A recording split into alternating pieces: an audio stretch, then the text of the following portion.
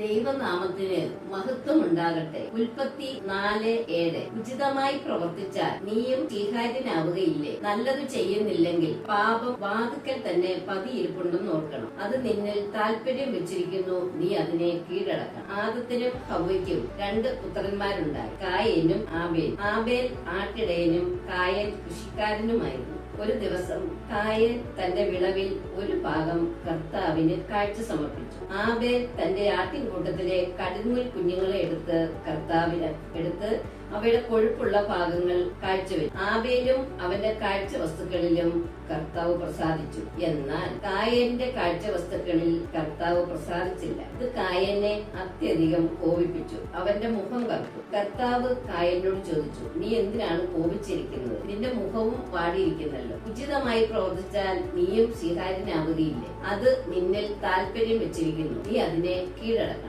ഒരു ദിവസം കായന് തന്റെ സഹോദരൻ ആബേലിനെ കൂട്ടി വയലിലേക്ക് പോയി. വയലിൽ ചെന്നപ്പോൾ കായൻ ആബേലിനോട് കയർത്ത് അവനെ കൊന്നുകളഞ്ഞു. കർത്താവ് കായനോട് ചോദിച്ചു, നിന്റെ സഹോദരൻ ആബേൽ എവിടെ? കായൻ പറഞ്ഞു, എനിക്ക് അറിഞ്ഞുകൂടാ, ഞാൻ സഹോദരന്റെ കാവൽക്കാരനാണോ? അപ്പോൾ കർത്താവ് അവനോട് പറഞ്ഞു, നീ എന്താണ് ചെയ്തത്?